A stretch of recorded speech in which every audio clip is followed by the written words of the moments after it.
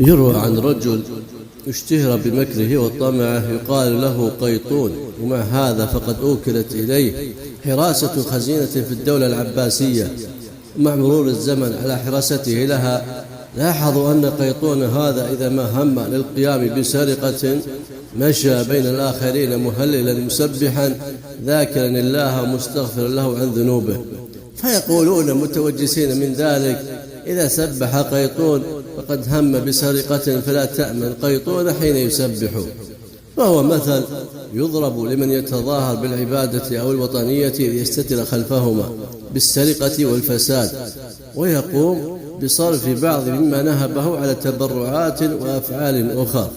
وكلما كانت سرقاته كبيرة زادت وجاهته وأثمان تبرعاته، فهي تتراوح ما بين إطعام إلى بناء المساجد.